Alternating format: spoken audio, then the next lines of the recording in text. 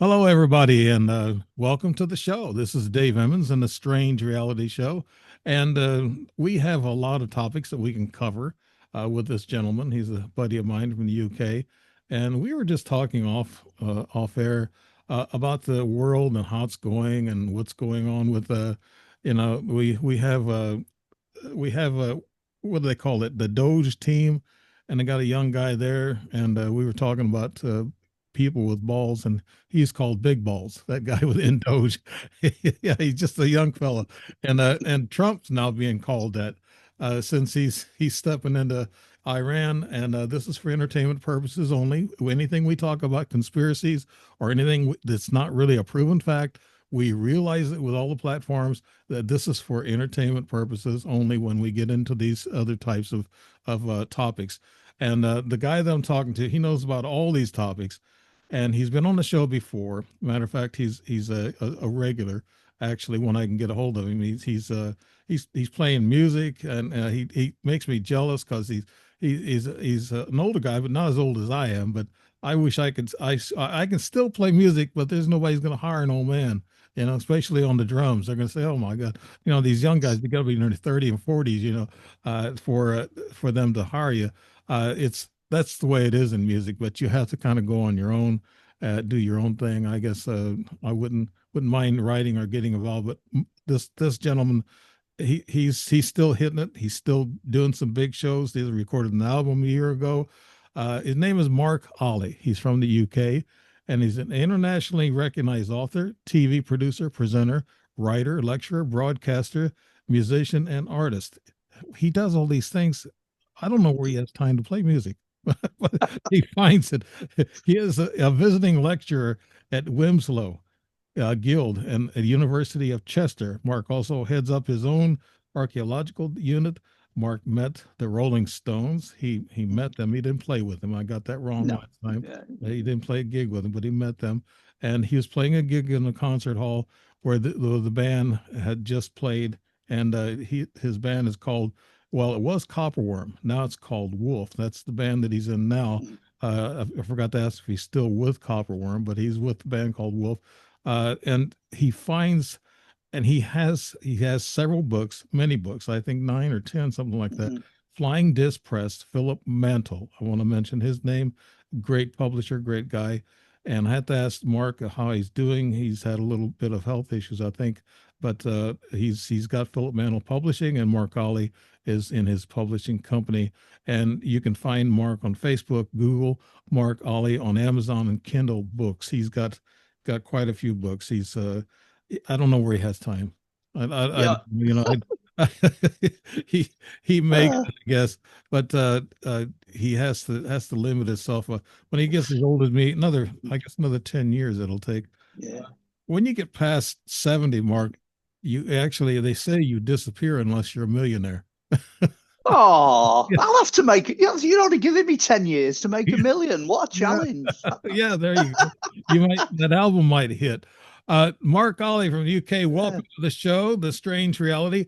And I always like having you on the show. This is probably your or fifth visit. Yeah, something like that. Yeah. Yeah, fourth visit.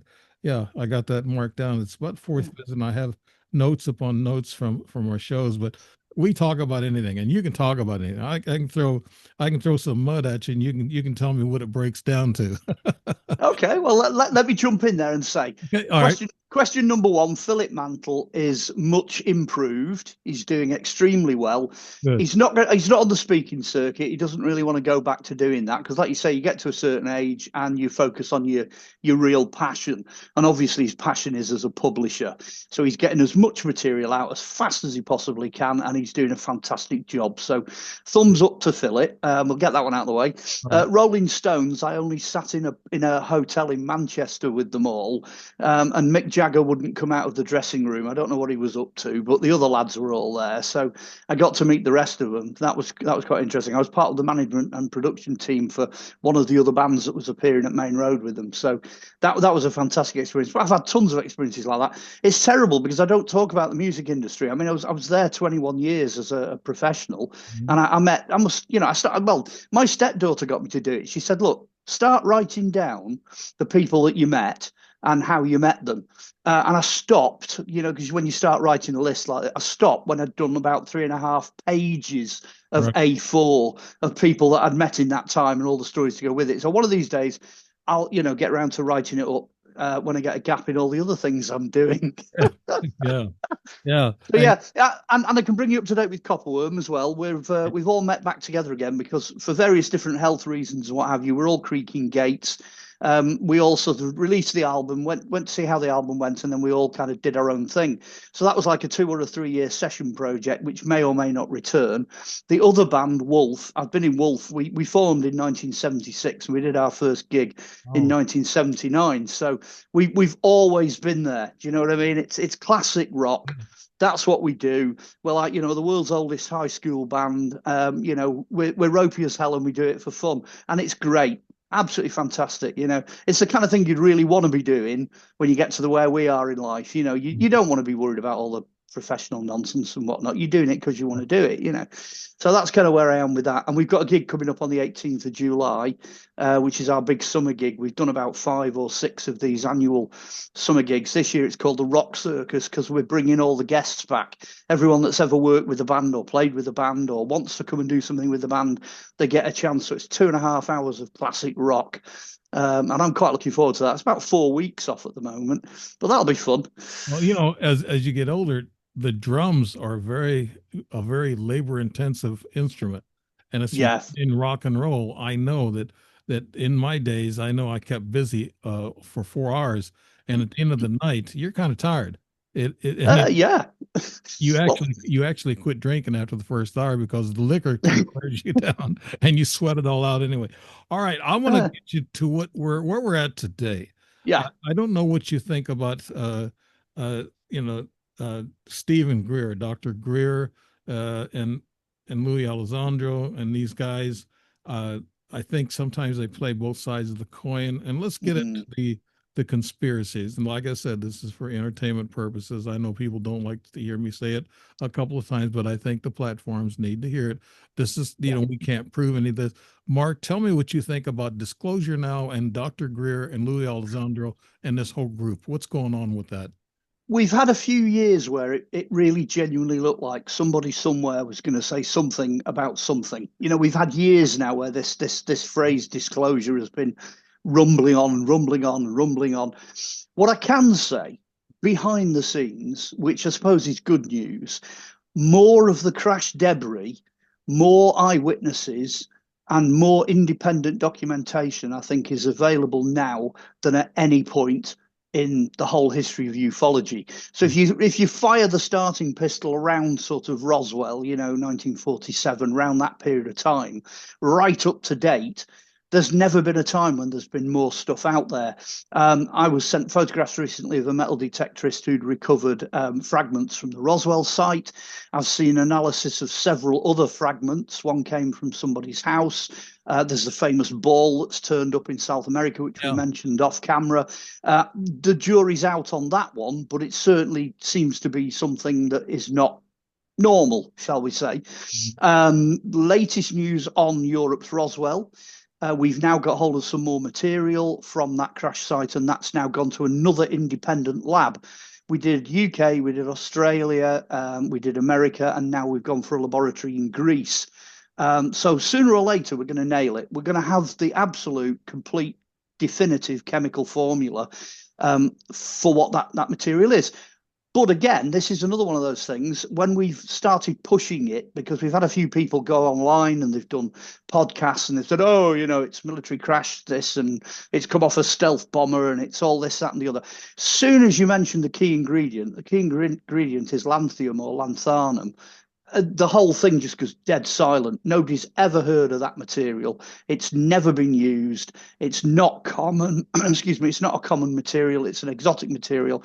And that's what we've got. So if that is the route we go down, it still doesn't change the end disclosure.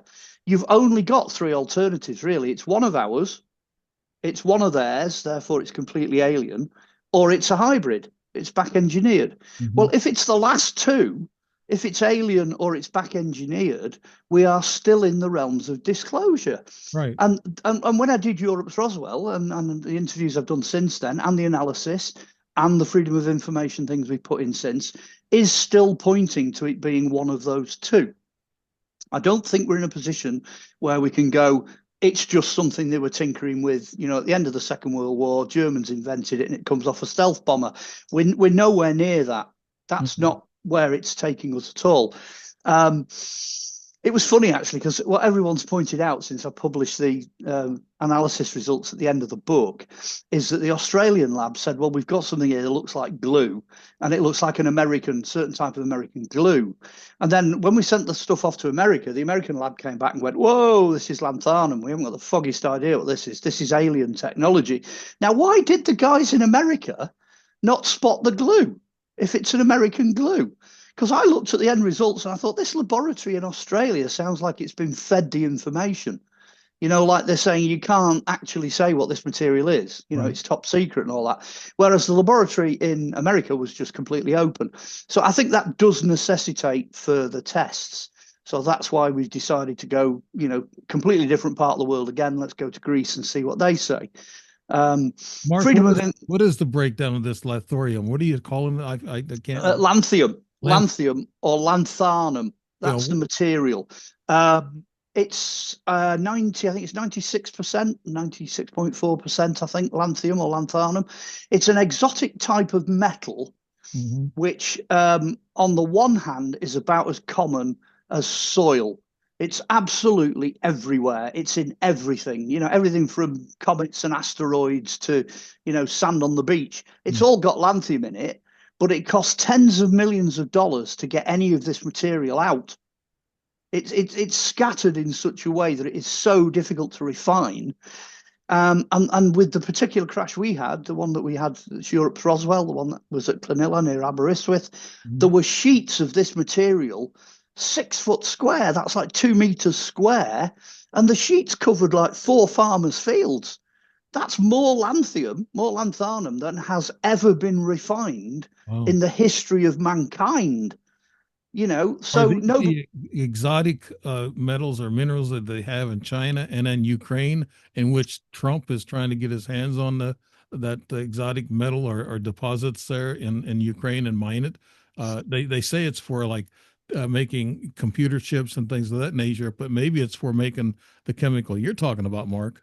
well, it could be, and it has extraordinary qualities as well. I mean, I must say, by the way, when it comes to disclosure, because we started as that was the topic heading, it is on the new periodic table. So not the one we had at school, because we just had all the elements on like a top block. There's like another block now underneath the periodic Well, table. at my age, Mark, they just had wood and iron. Yeah, you know the four basic elements: Yeah. fire, water, earth, and air. Yeah. Yeah, I know what you mean. Uh, well, there's another block on the bottom now, and the first new metal, the first exotic metal on the new bit Yeah. is lanthanum. But when they put that together, obviously they didn't know what on earth it was. They just knew it existed, and they couldn't really do anything with it. So it's worth saying that what I am now talking to you about, this is real disclosure. All these other people now that are coming out, the experts and the scientists, and you know the people that are whistleblowing and all the rest of it. I watch the whole uh, performance because that's what it is. I watch the whole performance, and you just find yourself sort of screaming at the screen. You know, Mhm. just tell us because we know anyway. Yeah. You know, the material's in the public domain now. You know, so why on earth are you faffing about with all this nonsense when we know that it's got to be either alien technology or it's got to be back engineered? You Mhm. know, or it's a complete mystery. It's way off the Richter scale, and they need to be open about it. You know where this stuff's coming from. So Why? really, Yeah. Why I do was they? just going to say, I look at disclosure in a different way because of that. I'm kind of pissed off about the government. We had a committee. He was Representative Comer and Representative Luna, and they had good intentions going into this several months ago. But now we hear nothing.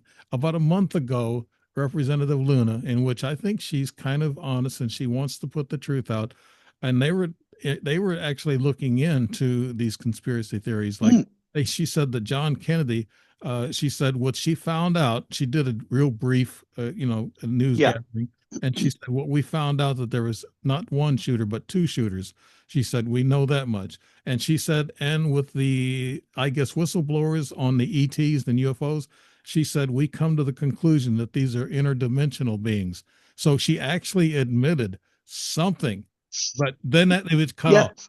Well, Then that's what we were talking about last time I was on, I think, was the idea that these things are not coming from like, planet Zog, and they're not breaking in through right, the atmosphere.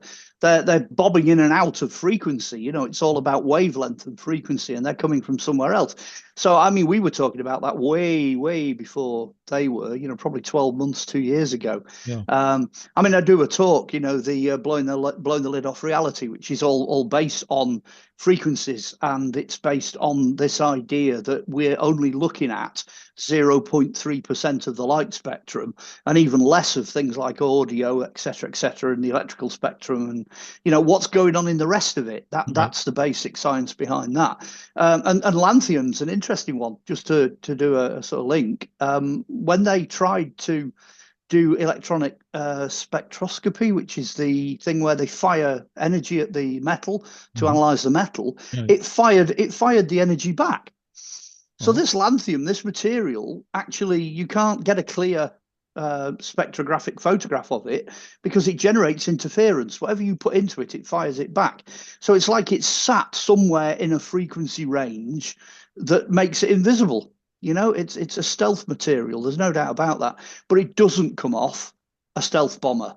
Um, if you actually look at what we've done in terms of research for the book, we spoke to an awful lot of military experts. We did it in the 1990s, we did it in the 2000s, we did it in the 2010s, the 2020s, before the book came out. Lots of people usually forget this. They forget that just because we haven't written it down doesn't mean we haven't done it. And we've actually spoken to people because we're at the stage now where some of these stealth craft are being scrapped. They're actually being broken up and destroyed, and all the test planes and all that. Once they get to a finished model, they don't keep the previous models. You know right. what I mean? They just break them up because they're a security risk. And we've spoken to people that are doing this. None of them, not one of them, has ever run across lanthanum. It's never happened. Yeah, So although this material has a vague similarity to something that you might see being used, it doesn't come off that craft. It's not off any of the craft that any of the military people working with them are aware of. I can categorically say that. Sooner or later, somebody will come along and go, "Oh, that's off a DX 1024P72X or whatever." They'll come along and they'll tell me what it's from. They go, "Oh yeah, they made that out of lanthanum, and it crashed in the 80s, and it was of no use to anybody." Or they won't. yeah. I'm listening to you, Mark, and I know I'm taking Mm. eyes off of the frame screen. No, no, no. I'm trying to look up the information on that ball, that orb that they found in South America. Well, I could save you a bit of time because what they've done with it, they have analysed it, they have fired stuff at the metal to work out what it is.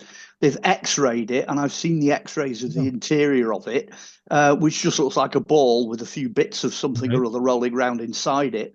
Um, Not as convincing as some of the things I've seen. That's the route I would go down. So I have examined it as a thing. Every time something like that comes across the desk, I have a good look at it, um, and it's got all the usual markings of Hollywood about it because it's got nothing inside it. There's no machinery on it.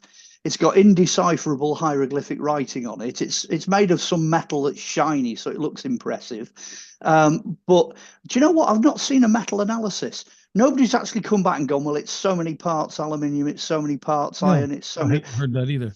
No, I've not seen that. Now, and what they do is they give you all like the spectacular information. Oh, it was found here by so and so, and it's shiny and it looks like this. And but then they don't actually give you the what I would call the meat and two veg. They don't give you the solid scientific, questionable stuff. Which I'm glad to say. I mean, with Europe's Roswell, we just keep banging away at that. We just keep going for the solid, material evidence. I can't wait to see what the results from Greece are when they come back. Yeah, Um, there's an outfit in Mexico City. I don't want to mention the names of them or yeah. mention the scientists, but they have their I guess they have back and forth. I think it's his name is Rasmussen. Mm. Rasmussen, he's the journalist in Mexico that he went to doing UFO research, and he's the one that's researching this ball, this sphere that they found that's Mm. floating around. And he's also that little ET that we talked about earlier. You said you and Steve went back and forth on some of the Yeah, in a way, the South Americans have muddied the copybook a bit because they came out with the famous Peruvian alien mummies, the guys with the three fingers. Mhm. And I mean, you're going back quite a long way now. It's probably 15 or 20 years ago when they first released them. Well, Steve Mirror's a good friend, and I've got to say, when it comes to evidence, he doesn't muck about. He kicks ass. He got on a plane. He went over there with another friend of his who's an archaeologist. They went through absolute hell and high water to get to these mummies. I mean, he'll tell you himself on his story. It was like mafia trying to get through to see these things. Now, he was given permission to X-ray them. He brought the X-rays back, loads of them, 50, 60, 70, 80, I don't know how many, but lots of X-rays, which I got because as soon as Steve lands, he's like, right, I want a proper archaeologist to have a look at this. You know what I mean? So Mhm. he turned up one day with his laptop with all these files on, which I've still got copies of somewhere, which I'm absolutely sworn to never release any of them. And so what I did was I did a forensic archaeological examination of the Peruvian alien mummies. And it was funny because within about 2 or 3 minutes of him showing me one of these X-rays, I said, "I've got one of those skulls in a cabinet in the other room." And he said, "What do you mean you've got one of them skulls?" I said, "I've got one. I'll go and get it." So I wandered into my office, got this skull out the cabinet and brought it back. And what they'd done to create the head of the alien was they'd taken the head of a dog skull, and Mhm. sawn the front off it to give you those big eyes. Oh. Well, as soon as I got this skull out the cabinet, the dog skull from the other room, and put the two together, I'm like, well, do I need to say more? I could work my way through the rest of the skeleton and tell you what's wrong. There's no cartilage, there's no joints, there's no soft tissue, there's no muscle structure. Basically, what they've done is they've taken all these bits and bobs, bound them all up, made a mummy, and then rolled it around in the dirt in a cave somewhere to give it the appearance of being old. And then when the dating comes back, they're like, whoa, look at this, it's 2 or 3 thousand years old. No, it's not. The back guano they rolled it in that turned it white is like 3,000 years old. The Mhm. contents of this thing, I can say it. Nobody's going to come and shoot me for it. They are fakes. They're all fakes, That's which is a real shame.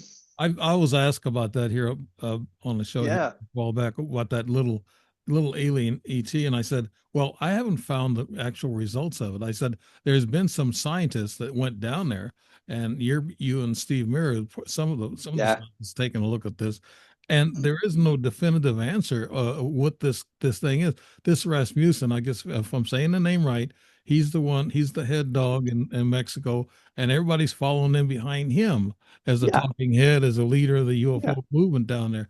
I admire his work, but I think sometimes he's pushing on something that's actually false, right, Mark? Yeah, I think so. And I think you've got the same double-headed problem, double-headed dragon down there that you've got with the United States. And that Right. is every so often you get the real thing. And then all of a sudden, you get all this, misinformation, and everybody piles on, and all the fakes come out, and people make money out of it, and it goes all around the world. And I think somebody was going to pay $300 million or something for one of these alien figures. That deal just collapsed as a result of the work that me and Steve did. So somebody out there probably hates us for that. But at the end of the day, these things are fakes, and my job is to tell the truth. Now, the worst part of it is I have seen some accounts, and I've seen footage, and I've seen witness interviews, and I've seen evidence of landings and all kinds of things from South America that could be real. They are totally 100% plausible that need investigating, properly. But all this other stuff that goes on over the top, it kills it flat, you Yeah. know. Yeah. The reason why I might think the same way you do about South America because they don't have all the technology UK and US has for this Yeah, AI drawings and CGI and all this other. So yeah, I think more of those might be real. Here in the states, you can go through TikTok and Instagram. Oh, You see these craft, they come up and they say there's a UFO and they film it. But a lot of times UFOs don't let you film them. I've been asked before, I've seen six up close. Did I have a yeah. camera with me? No. No. No, and they come when you don't expect them, and all of a sudden you're too busy looking, because if you take your eyes off of it, they're going to be gone. So Well, yeah. you don't have time to pick up your camera or run and get one, because once they know they're being filmed, they're going to leave anyway, because they know everything about you. uh Now, Yeah. on this disclosure about the government, why do you think the government's pulling back? Okay, let's get into conspiracy. Is there a cabal or some kind of a puppet master that's telling our government, no, you don't do that yet, you don't disclose yet? What do you think, Mark? You're almost in the realms of, do you remember that series, The X-Files? Yes. Oh, brilliant series. That kind of started the trend of going down certain rabbit holes. Is it the government? Is it the men in black or the men in grey, the people behind it all who you never see? Is it some kind of weird experiment they just don't want you to know about, left over from the Second World War? Is it some kind of genetic engineering, which might not necessarily be entirely legal, so they just don't want you to know about that? Or are the aliens controlling it? Is it something coming through from another dimension going, this is what you're allowed to say and this is what you're not allowed to say? Well, the truth of the matter is, they got an amazing series out of it because there is not an answer. There's not a straight answer. Um, I've sat there and I've tried to sort of put myself in the position of the different players, in the game. If it's German technology from the end of the Second World War, I totally understand why certain people would not want that information to get out. So, hey, it's a weather balloon. We all know where we've heard that before. Right. Hey, that's that playbook. And to be honest, they have a playbook. There's no doubt in my mind at all. Somewhere on a shelf, there's a little file that says, in the event of a crash, this is what you do. Because we got exactly the same playbook here when we had the Europe's Roswell crash in 1983 that we got over in, the desert in New Mexico in 1947. They just did the same. Right. Everything was the same. So there is a playbook, no doubt. Whether or not it's hiding technology, that's another one that's quite difficult to answer. Just to get topical, for example, if the Americans had some super, new plane that they didn't really want anyone to know about, what happens if it gets shot down in Iran? This thing goes, there you are, you got this massive, explosion and bits all over the desert over there. They're not going to want them to know what's going on. Certain technology does need protecting, and it's for the greater good. So yeah, I'd go along with that. That's possible. That's a plausible explanation. And But recently, just with these B-2 bombers that we have, were high tech, seven of them went to Iran, and they were protected by an additional 100 aircraft in the air, yeah, F-22s, F-16s, and some kind of a radio jamming jet. And they escort these things. And if one yeah. of them would go down, I'm sure they'd tell the pilot to haul ass, and then they'd just blow it up, just destroy it. Well, probably you'd end up with a huge force coming in and actually hoovering the whole lot away. You'd have all this disinformation coming out about it was a flying saucer, it was this, that, and the other. And the next minute, the only thing you'd be left with is a scorched earth desert. That's what would end up, which is the playbook. That, by the way, that is, in a nutshell, basically what they do. But then the more I thought about it, I actually wondered seriously if we are dealing with interdimensional beings, We are. if programs like Skinwalker Ranch and all that, if that's where we're going, if we're going down that rabbit hole, if I was an interdimensional being, I wouldn't want anyone to know about it either, because that's really dangerous. You wouldn't hand over the knowledge and the information and the technology to what, to them, we must appear like, lab rats. We're a real, substandard version of humanity to them, because I mean they will remember all the different species of humans that came before us. They'll remember the planet as it used to be, when it was perfect, when it was full of dinosaurs and goodness knows what else, and look at the mess we're in now. Here we are fighting wars, obliterating entire races. I've said it before, I'll say it again, it's not survival of the most intelligent, it's survival of the most barbaric, warlike thugs, because that's what Yes. we are, and that's what we'd appear like to them. Well, they're not going to just turn up with this incredible, time traveling silver disc super weapon thing and go, there you go, Go and play with that, lads. See what you can do with that, Yeah. because it's gonna end badly, isn't it? It is. Now, It's not going to end well. to end up on the disclosure topic, Yeah, I want to go back to like through November, December, January last year in New Jersey, New York, and also London. Now, the sphere was first seen in London Heathrow Airport, and yeah. they We had one here. We had yeah, one land at Manchester Airport here. yeah, and so Yeah, that kind of fortifies what's going on in South America, maybe. I don't know. But also the government said, and even Trump said it. Biden, I didn't know what he was saying anyway, but Trump even said the same thing. He said they're FAA approved here in the States, these drones are, and he said that they've been authorized, and a lot of them are commercial. And yeah. but from what I heard when in a breakdown from a guy, I think Steve Mira is one was talking to me about that breakdown. He said that yeah, there's some that are commercial, they're ours, and there's some that's somebody else's that can stay aloft for 8 or 9 hours on 0 point energy and with anti-gravity propulsion. And it's kind of they can stay up there for a long time because our drones can't stay Mm, up more than an hour or 2 hours, whatever, because of the fuel and the battery thing. But there's half of them. I think what they were doing was smoke screening. They were putting commercial drones in there to make it look like it was all ours, but actually some of them were the ETs, and the plasmoids, those big round things in mm. the sky, and orbs were actually ETs. So they tried to flood them out, and they still didn't disclose what the heck went on during those times. Has there been any disclosure, Mark, in the UK about any of this? Well, it's kind of back to where I came in when I said there are three, isn't there? There's like one of theirs, one of ours, or a Right. hybrid. Well, we're still dealing with that same basic set of rules. Is it one of ours? Is it one of theirs? Or is it a hybrid? We're still in that same position. So over here, um, the airport that caused most of the problems, where this blue disc was actually, this blue ball was photographed, that particular airport, Manchester, is known to fly drones. It will fly military drones, the famous flying triangles that we had over here with lights on each corner and a big light in the middle that used to fly over Winter Hill near here. They've been photographed, they've been recorded, a million times right through the 1990s till eventually somebody came out in the military and went, yeah, they're test drones. That's where they are, test stealth drones. So it wouldn't surprise me in any way, shape, or form to think that that was going on over here. But you've got to sort of read the fine print. It's not that there's no disclosure at all. It's like they will tell you what's going on, but they'll tell you in lots of different places Right. and in lots of different ways. So it's only if you're absolutely on it and you're watching carefully that you'll eventually you'll join the dots.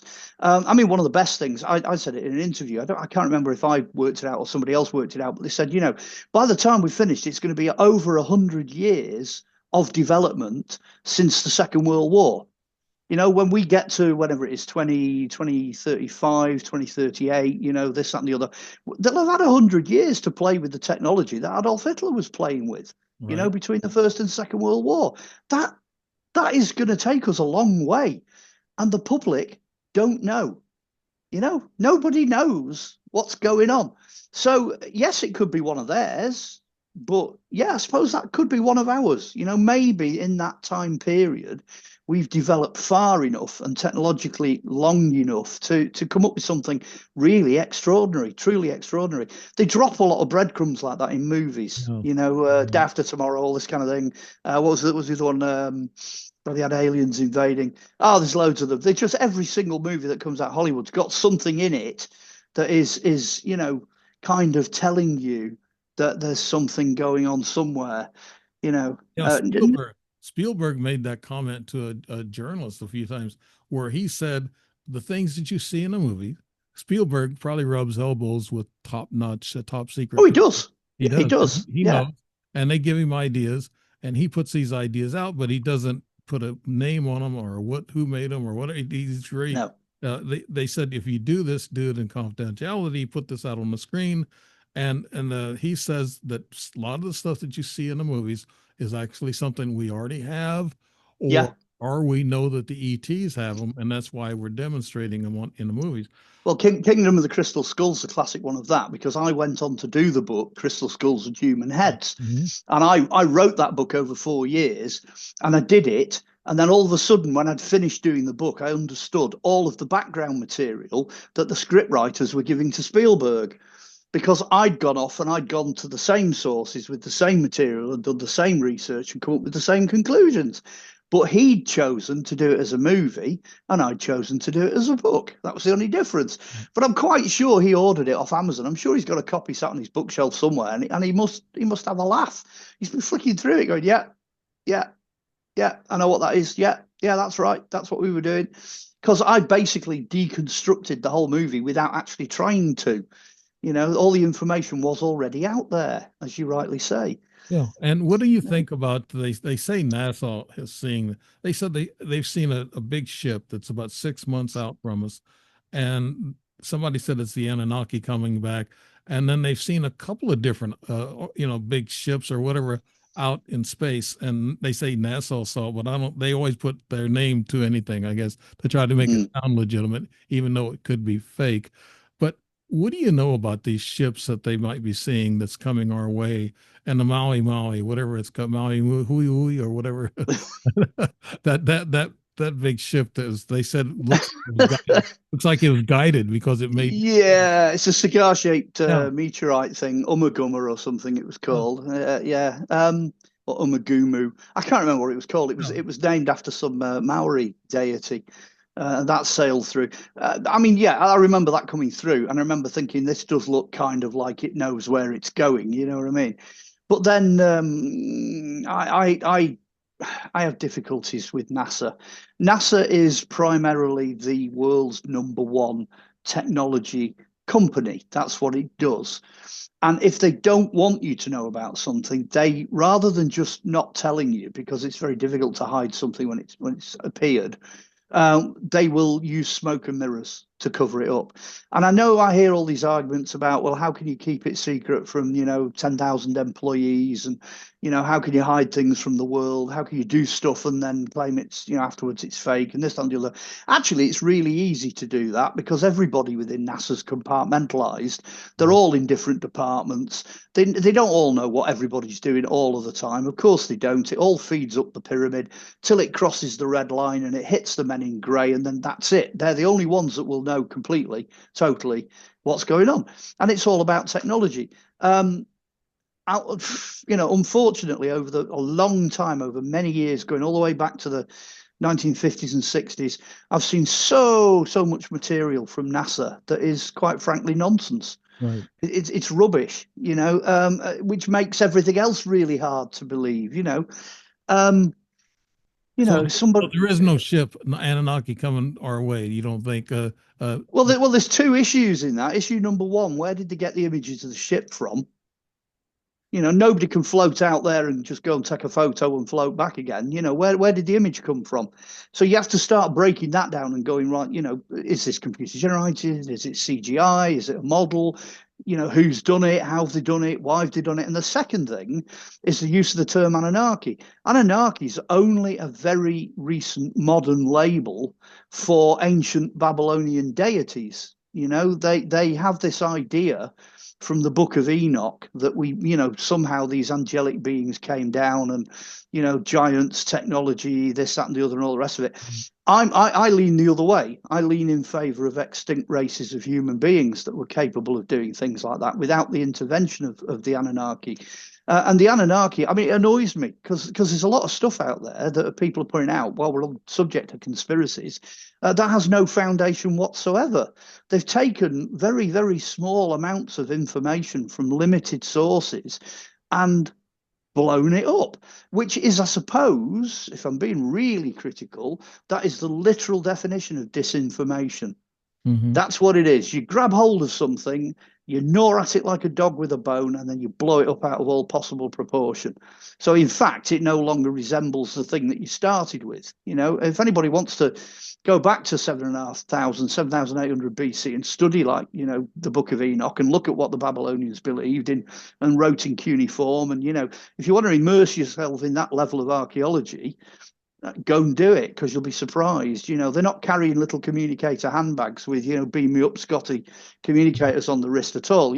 That's wisdom contained within a form of transport that would carry Babylonian cuneiform tablets, and the little wrist thing just gives them the level of office.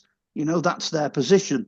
And the fact that they're part human and all, part animal and bird-headed and wings, and well, that communicates power, wisdom, abilities. That's a hieroglyphic way of communicating the nature of those particular people. Mm. It doesn't mean they literally look like that, and even if they did, we don't know what they were. Yeah. So Yeah, history, they've lied to us about history all along. yeah. I know I mentioned Tartaria to you before, and I think you might know a little bit about that. But I had a guest on who told me that the mud flood, that's what buried a lot of these ancient buildings that were high-tech buildings. I mean, designed like with lasers, and nothing else could do Mm. that. And you see all these pictures, and they got buildings that are underneath, and they got buildings built on modern buildings built on top of old buildings. And they said this guy told me that the mud flood, and which is very interesting what he said. He said that there is a vibrational, I guess, weapon or something that can, I guess, shoot dirt and make it into a fluid mud. It turns fluidy like a mud, and Whoa, it covers all that's of the buildings. that's Mark, like what a do you think? whole that's like a whole bag of different things all mixed together. Okay. Human beings are perfectly capable of building high-tech buildings. There's no doubt about that at all. Get rid of the internet, get rid of television, get rid of computers and laptops, get out there, they can build them. I've not seen a single building yet that's claimed to be Tartarian that we weren't capable of building, either us or the extinct races before us. Next thing, was there a flood? Yes, there was a big flood. Did it destroy everything? Yes. So a vast majority of the pictures you're seeing are CGI or AI. If you took all of the AI pictures out of the mud flood, the whole mud flood thing would probably vanish. It would disappear. Tartaria, yes, it exists. It's an area of southern Russia. It's on maps up to the early Victorian time. It's where the Tartars come from, and they were the last race of surviving nobles and people from the Mongols, from Genghis Khan's race. And they're all across southern Russia. But that's where they are, and that's who they are. Okay, they're not anybody else. Historically, they don't exist anywhere else. So the whole Tartaria thing just drives me mental. It's what happens when people take certain aspects of something and cobble it together into Frankenstein's monster, because that really is what we're looking at with Tartaria. I'll give you an example. This was a great one because I did an interview on a panel. I was one of the experts with loads of people, and they were saying, well, we've got these buildings all over America. They're far too advanced. They have all these different features, and none of them have any toilets. So that means they're to do with Tartaria because the people that built them didn't need to use the toilet.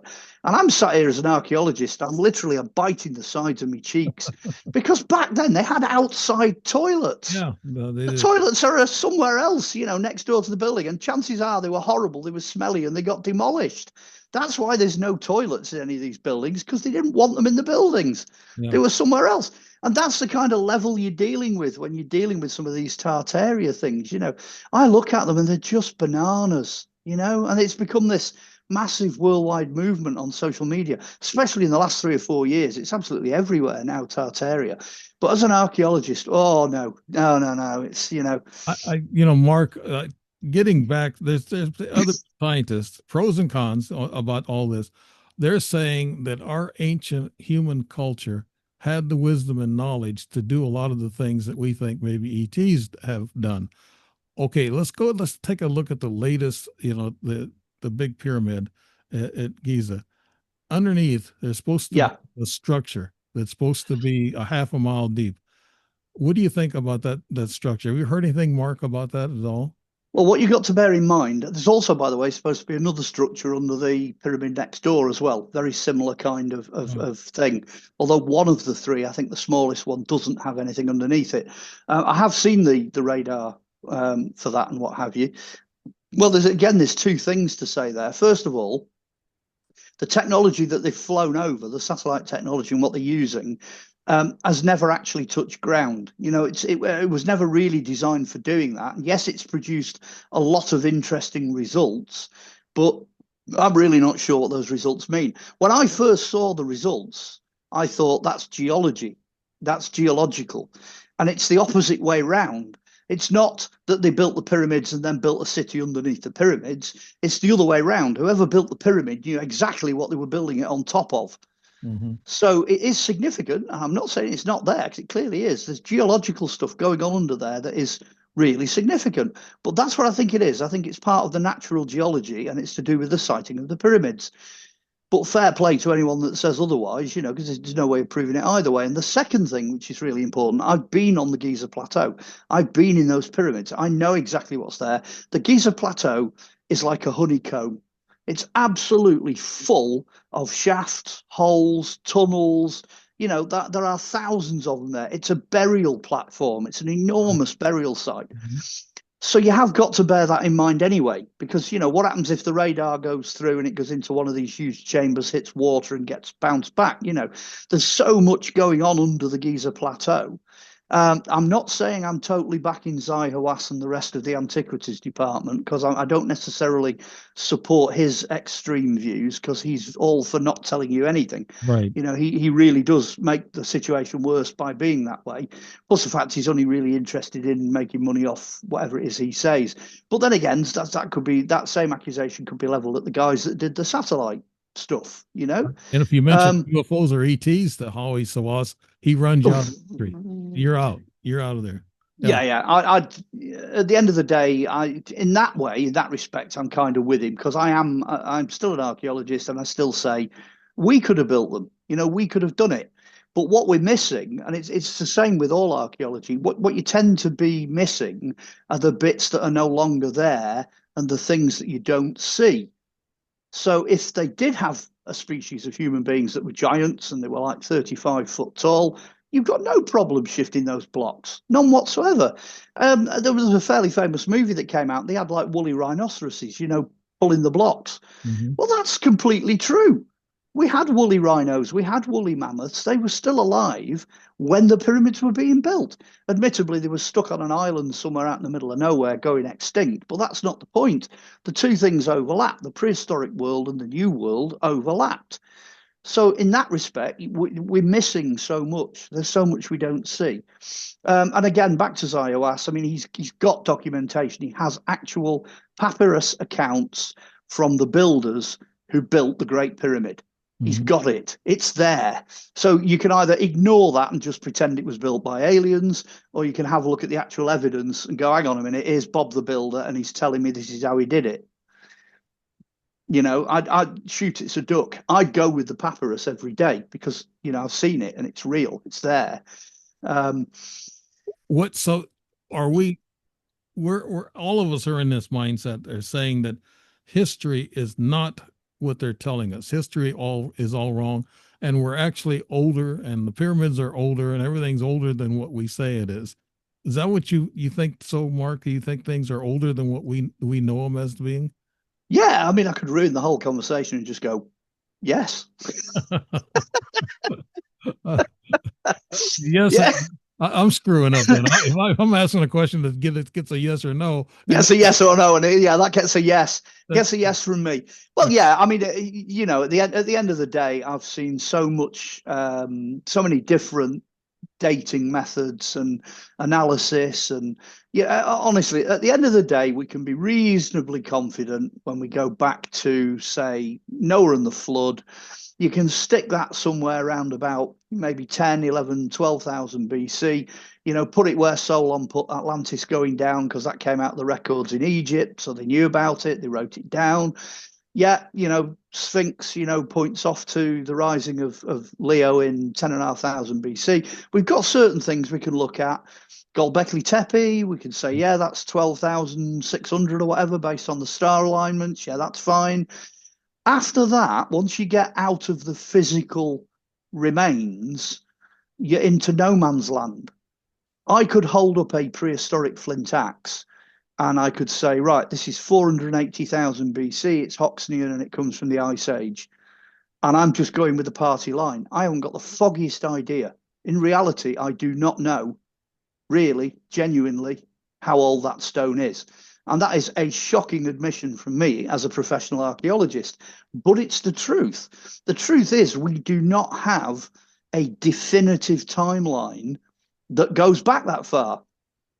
The second part of that argument is, if I said to you 480,000 BC, your head's just going to go, Yeah. got no idea. Not me. I mean, How, I think, yeah. well, well, No. how far is that? How long ago is that? I mean, I studied it for 50 odd years, 60 odd years, and I don't know how long ago that is. Once you get past the tens, when you start getting into, oh, I mean, it gets really ridiculous. Hey, dinosaurs went extinct in 68 million years BC. What's the point? What is the point of telling somebody that?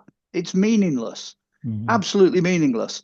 And then you've got this kind of nagging doubt that creeps in because you have a cascade of other things coming in. Like, how can you have dinosaurs preserved frozen in the ice if they're that old? That doesn't work. You can't have organic material permanently trapped in permafrost, which, remember, is frozen ground. It's not ice. It's not like, cryogenically frozen. It's Right. dirt. They're frozen in dirt. They've got things like nodosaurs coming out. They've got woolly rhinos coming out. They've got big lizards. They've got woolly mammoths, still standing up with the food in the mouth where they were flash frozen, and things like that. That look like they were frozen yesterday. Wolf cubs, bears, you name it. All these things are coming out. But for me, I am really not comfortable with the timeline. And I'm not the only one. I know that, they're even out in the USA, there are experts that deal with dinosaurs. They work with dinosaurs all the time. And everybody toes the party line. They'll tell you how old a T-Rex is. They'll tell you how old an Ankylosaurus is. They'll tell you all these things. And then they're looking at where they are in the deposits. They're looking at the way they've been trapped clearly by a cataclysm. A massive cataclysm has trapped these things. And nobody can really genuinely say that they know what the dates are. They can't do that. It's never going to be anything more than a best guess. So back to really where you were coming from, which is, have we been sold a bit of a wrong story when it comes to history? Well, yeah, yeah, in a way, unless it's written down or we physically got it, how do we know? Mhm. And we don't. The answer is we don't. Right. I think with the military, if they can't control it, they don't want to talk about it, or defeat it. And with scientists, if they can't explain it, they'll come up with some kind of a fill-in explanation, like a penciled-in explanation, like you're just talking about. Let's go back a step further. Let's go to Mars. Yeah. I got Hey, George Haas coming on the show in about a couple of weeks, and he's written another book about Mars, and he has pictures and things of that nature that he took from NASA. And also, I think there's aren't there some private scientists taking pictures of Mars from telescopic ways? Mark, is it just NASA doing all this? as far as I'm aware, the only credible source, and by credible, I'm bracketing that, the only credible source is NASA. They are the only people, as far as I know, that have got the majority of access to images of those kind. Unless I'll put a qualification in, unless there's an independent satellite operator that is getting images from another source. Okay, forget telescopes. You're not looking at the surface of Mars with a telescope. Absolutely out of the question. But there are things you need to consider. If you're looking at an image and it's a really clear image, that is not a photograph. It has never been a photograph. The best it will ever have been will be data, and the data is then massaged by a computer using a program to create a final image, which is then finished in whatever paint shop or whatever they're using at the time. So what you're looking at 24/7, 100% of the time is basically CGI. Everything you're looking at is CGI. It all comes in digitally, all of it. So that's worth remembering. So when they're showing you these amazing, shots of satellites flying through the rings of Saturn and, a lander coming down on the surface of Mars and this, that, and the other, nah, nah. Somebody's done that. Somebody sat there, drawn it, illustrated it, worked on it, and what you're seeing is not real. On the other hand, you've then got the other side of the coin where you've got this lander and it's, poodling around on a piece of dirt somewhere and it's taking all these images and it's beaming them back and this, that, and the other. Every now and again, somebody comes out with something and they go, that's an island off the coast of Iceland.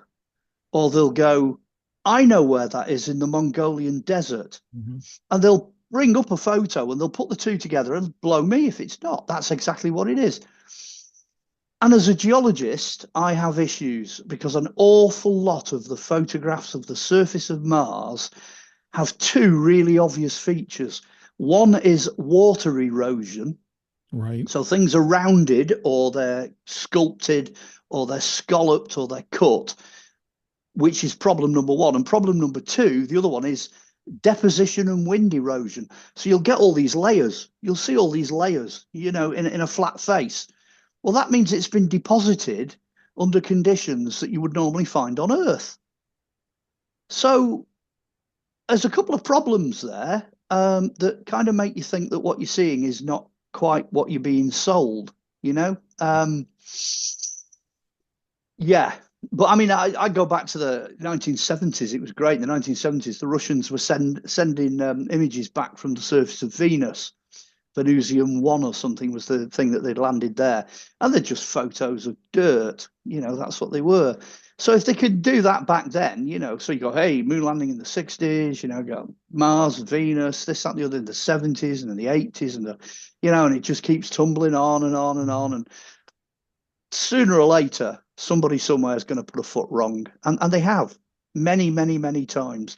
There's so much evidence out there.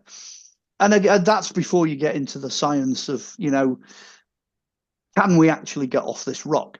Right. Can we send something out through the Van Allen belt and not have all the debris up there, just, turn it to powder, Right. and break through from the gravity and this, that, and the other. Do you think there Which, was life on Mars, though, some millions of years ago, Mark, that could have come here? assuming that most of the basic narrative is true, so in other words, yeah, there's a planet up there, yeah, it's a red giant, yeah, the basic narrative, potentially there is always the possibility that at some point in history there was life out there, on a planet. But as we sit here in the 19th, 20th, and 21st century, because that's the times we're in, there's very little evidence for anything out there. There's people who've spent their entire lives looking at planets, listening to audio. I mean, we've got Jodrell Bank Right. here, that was the number one first ever listening station, bar none. That was aiming out to space and it was doing space. That was it. And I've been a lifelong fan of Jodrell Bank. But the best that they've ever done is picked up signals, radio signals and light signals and things like that in different wavelengths. So they're just observing the observable universe, which takes you all the way back to people like Copernicus and people like that at the beginning, who were just doing exactly the same thing, just through primitive telescopes.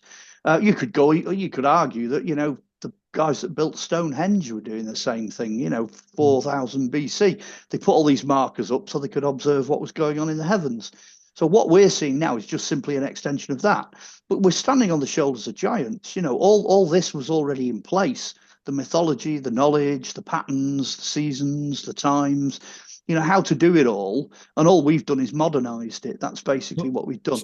so you're saying we did have giant human beings or humanoid looking creatures, huge creatures back in the day, I guess thousands of years ago, and because we found the bones, I guess you have seen some of the bones of the giants, Mark. Do you think they're for real? I'm going in two directions with this. The first direction is nature, the way the planet operates, is basically what it is. This is how it is, and this is how it's been. So, in the same way that you can go into a jungle and you can get a little cat that will sit in the palm of your hand, it's called a palm cat. It Mhm. will literally sit there, tiny little cat. You can also cross a lion and a tiger and get a thing called a liger that's the size of a horse. So you've got the same species that'll sit in the palm of your hand, but at the same time, it's nearly the size of a car. The Yeah. same thing, the exact same thing is true of human beings. We've had Homo floresiensis, which are the tiny little floors people, genetically different from everybody else. The adults never grew to more than about 3'6". They're referred to as the hobbit people. So why not have the other end of the scale? All over the world, there is so much evidence, like you say, bones, skulls, footprints, handprints, stuff that's been covered up, tons of evidence, burial evidence for superhumans, big giants, they're even mentioned in the Bible, the David and Goliath thing. You're only talking 1300 BC. That's like, 3,300 years ago. That's all it was. They were still alive. They were there in the Middle East. How about the And giant trees that they've taken pictures of in these mountaintops and buttes? They look like chopped off trees. Uh, what about those, Mark? Do you think we had giant trees back then? I mean, big as mountains, it looks like to me. well, I'm going to blow your socks off with this one. I think what you're looking at there is mathematics.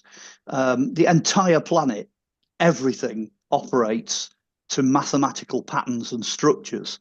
So I think, for example, if you've got a volcano and it's chucking lava up and all of a sudden it stops and then all the volcano gets washed away, there's no reason why the lava would not have the same mathematical structure that a tree uses to produce a trunk and roots, if you see what I mean.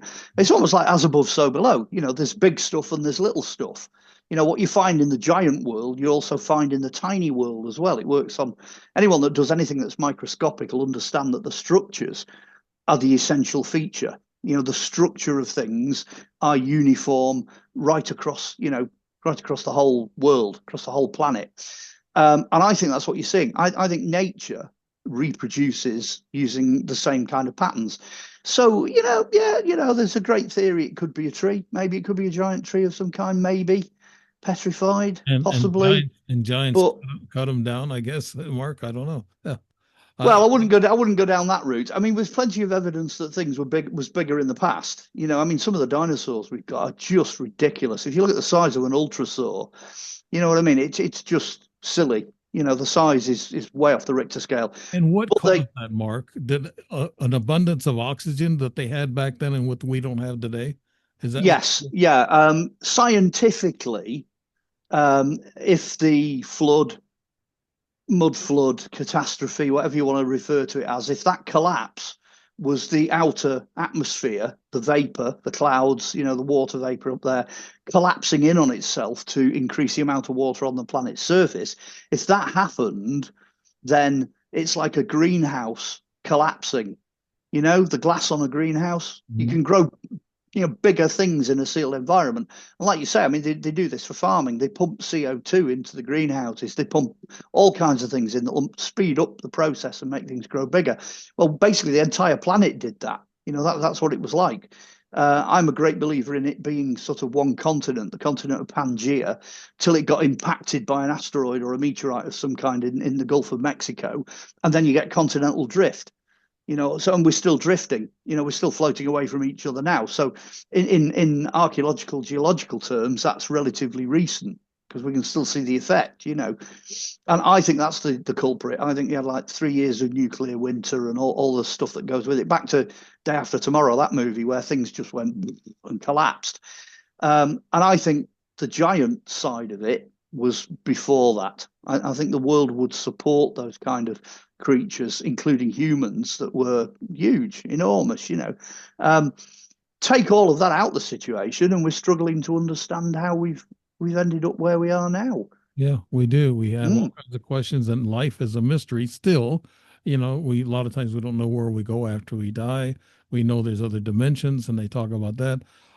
We went over an hour, but I got one more question I wanted to ask you, and I brought it up from your notes. You were talking about vampires. Let me really complicate this thing and put it in a case. As only you can. Go on. Yeah, that's what a lot of people say. I really pack these questions into suitcases and throw them at you. But no, there's a correlation.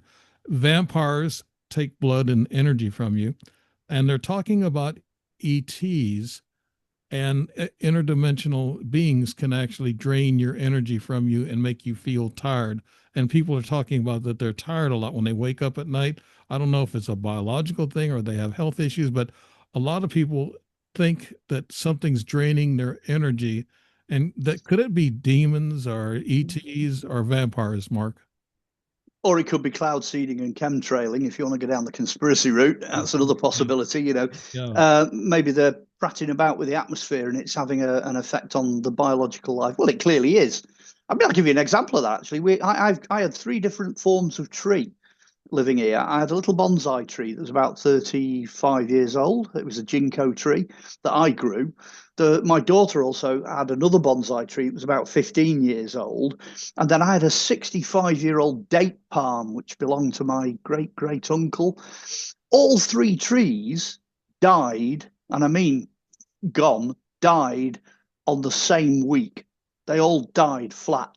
And all three of those plants are indoor plants. So when that happened, I'm starting to think, I have noticed that there are less insects, there are less butterflies, there are less birds, that something is changing. So I know that's starting way out left field compared to where you came in, but actually I think it's relevant.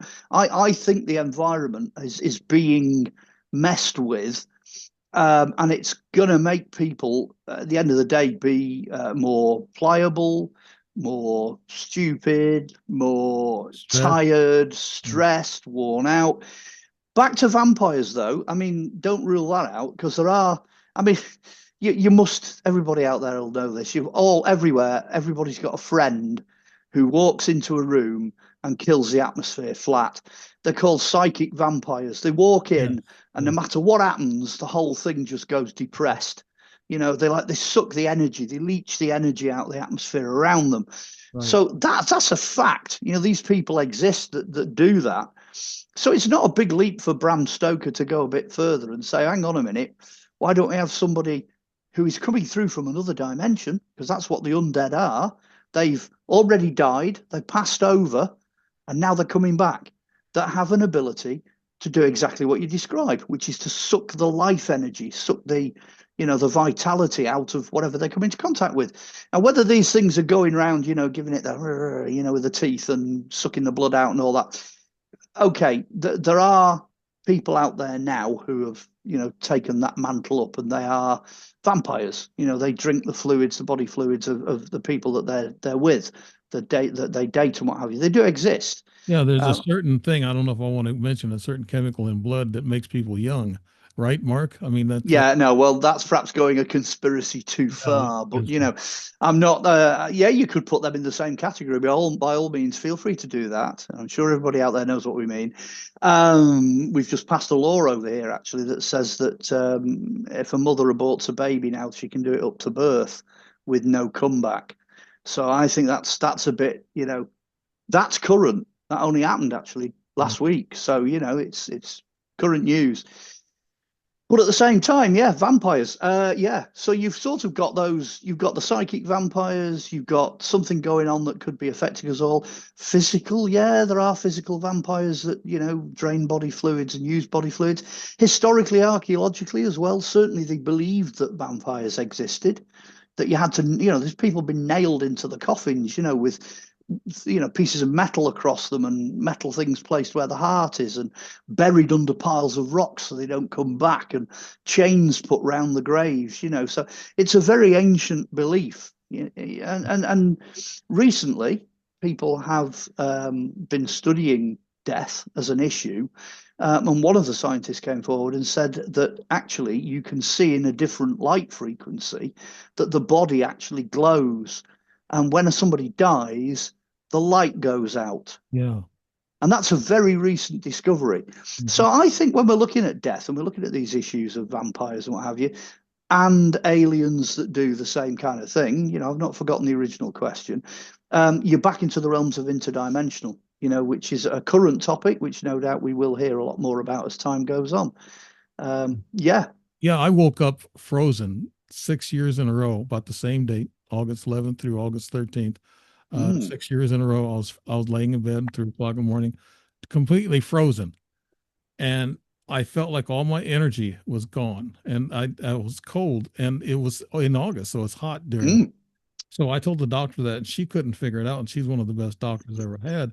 And I just got up, went to the bathroom, come back, and I laid down and I was shivering. The bed was shaking so hard. The wife usually wakes up if just the cell phone drops on the carpet. mm. She didn't wake up. So my energy was gone. That's why I was asking you, I know you give scientific, answers to this, and I like Well, it kind of keeps me grounded, Mark. But Well, I think Tesla and Einstein both said that at some point at the start of the 21st century. Actually, I think Nostradamus said it as well. I think he actually said that the key to everything will be found in light. And Tesla and Einstein were going down the same route. They were saying, "Hang on, frequency. It's all about frequencies and wavelengths." So almost as a blanket thing, everything we've talked about tonight, from flying saucers and what have you, right the way through time, everything Mhm. it all operates somewhere in that spectrum, of different lights, different frequencies, different things going on. I think what we're seeing is a kind of a unification of science, physics, chemistry, archaeology, geology. They're all slowly coming back together again. And it was predicted by, renowned scientists that when that happened, they'd make more progress. I'm sure actually it was Tesla, I think, that said it, more progress in a week than they'll have made in the preceding centuries, when they start to realize that and combine. So what you're describing in terms of, symptoms that are unique to you, almost like you're phasing in and out, you're experiencing something that another person in the same room is not experiencing. I think I am absolutely 100% convinced it's down to frequencies. It is that frequency thing. And as I think generally as a human race, the more that intelligent people start switching on to this idea that, the clues are there, the clues are all there in frequencies and wavelength, when they start looking at things in that way, you're going to see some dramatic changes, radical changes. You might see time travel, you might see light travel, speed of light travel, you'll see different technology, the whole zero thing, net zero and Yeah. green agenda of that'll go straight out the window because it's completely unnecessary. We don't need any of that. We have other things that will do the same job, preserving the planet, looking after the planet, etc. I think we're rediscovering something that the ancients perhaps had already discovered. They already knew about how things work, structure, how things repeat, mathematics, the fact that we're stuck on this rock. Most of us are never going to get off. Let's make the best job of it. I kind of think that's where the ancients were at. They chose very carefully what to do and what not to do based on superior knowledge. I'm sure they were far better at it than we've been. So yeah, I think, yeah, absolutely. What you've just described is, I don't think it's necessarily vampires, but I think it's the effect of frequencies, Energy. Yeah. Uh, Yeah, yeah. Trump even brought it up, and in which this is not a conspiracy. Trump said he wants all chemtrail work stopped. He doesn't want it stopped. anymore. Yeah, Yeah. And there's heavy metals in it. And then maybe that's what killed your plants. I have, I've, yeah. I've had allergies pretty bad the last couple of years. And I think, where's it all coming from? I always had a little nose thing, but now I get allergy attacks that really hit me. And I'm thinking, what could be causing that? It's not the flowers blooming or the pollen. I'm No. used to that. It's got to be something else that's in the air that's doing that to a lot of people. A lot of Well, people feel. people need to watch that because pollen, in particular, you can predict. You know when certain trees are going to shed pollen. You know when certain flowers are going to shed pollen. But if you sat there in the middle of a bleak midwinter and you're sneezing your head off, something is seriously wrong. So people need to watch what's going on and have a look at that because we do that here. We watch chemtrails and whatnot here, cloud seeding. We keep an eye on what's going on here, and it does get worse. We get more incident of that kind of thing going on when the sun's blotted out by the stuff that they're spraying. Right. Yeah, I hope that all Mm, stops, Mark. Mark, it's yeah, fantastic. We're over an hour and 15 minutes now. It goes by fast, but I like talking to you because you keep me grounded. I ask you yeah, questions a lot of times. I can get into my cars having electrical problems, and I'm going to take a car in, a new Honda, actually going to take it in next week to the dealer to find out what is turning on my my emergency brake. And it's done by a lever you push down, you got to put your foot on the brake. So it takes a physical action, yeah, yeah. and that they're confused. My other car, the 2013 Cadillac Escalade, it had the same problems where it wouldn't move, it wouldn't go forward or backward. Then I turned the car off and sat there, and then I turned it back on, and then it would move. Well, they checked that car, and I told them about the lights going crazy and everything. They checked it, and they said there's nothing wrong with the car. There's Mm. nothing wrong in the past, nothing wrong now, and nothing pending. And now I'm taking this Honda, and I told this guy at the Honda dealer, I said my other car did the same thing. He said, "What?" My wife said, "You shouldn't have told him that. He might be able to get out of the warranty, whatever." And but now I'm going to take it in, have it, computer analyzed, for this Yeah. brake condition. He said it with this one advisor said it doesn't sound right. Were you parking up or downhill? I said no. And I said it does it to the other car. And then he said, what? The other car? I said, yeah. I said the other car has the same problem. Well, I've been the work that I'm doing now on podcasts and Mm. English, it comes at you. You get these little paranormal things. You might have them too, Mark. Oh yeah, we do. I mean, I was just thinking when you were saying then Oh, I live in a haunted house, so this is a portal. You know, stuff comes and goes. It's wow. like a mini version of Skinwalker Ranch. We get stuff going on all the time. Stuff vanishes and appears somewhere else, and things go on and off all over the place. Well, the latest spate of things is the downstairs toilet light.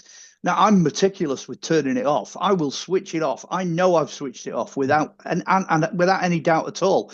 My stepdaughter's exactly the same. She knows that she's switching it off. But every time we come down, it's on. It's switched on. Hmm. And it's a digital light with a physical switch. You have to Yeah, physically switch it on and yeah. off. So it's a very similar kind of, what's going on here, kind of electrical frequency problem. It's very similar to what's happening with your car. And a lot of people blame ghost, and I blame interdimensional entities or ETs because they can be invisible too. And Oh, so yeah. they all angels, ghost, uh, extraterrestrial, they can all be invisible. They come from another dimension or whatever. But I guess upon that idea, we'll close the show. And Mark Olly, tell us how we can get hold of your books and what you're going to be doing next. Okay, the story's always the same. If you want to see anything I've done historically, go and have a look at YouTube. Mhm. Just stick my name into YouTube. You'll get tons of stuff. You can binge watch for days on end. There's so much stuff out there. So go and find me on YouTube. If you want to contact me, you can contact me on Facebook. Message has gone a bit dodgy of late, so I might or might not get that, but certainly you can send me a friend request and we'll get into communication. So Yeah. Facebook is probably the best way to touch base with me. And then I think there are 9 books out at the Yeah. moment, and they're all available on Amazon. So that makes it dead easy. You've got YouTube, Facebook, Amazon. That's it. That's That's all you need to know. I usually put it in the narrative every time you're on the Yeah. show. And actually, I've had you on the show so many times, I just copy and paste. So, Ah, well, you got an old friend when you can copy yeah, and paste. yeah, that's it. Oh All dear. right. I want Uh, to thank you so much, Mark Olly, for bringing us down to earth on a lot of these things. And you've been listening to The Strange Reality with Dave Emmons. We want to thank you. And Mark Olly is usually one of your favorites on Facebook. And I'm building numbers on YouTube, and I got an SEO team working on it. I got a website now, so everything is starting to work. I want to reach more people, and I might have more car trouble, but I'll keep going. yeah, just don't get yourself banned. Yeah. Yeah, All right, Mark Olly, thank you so much for doing the show, and good night from the Strange pleasure. Reality and Dave Emmons. Thank you.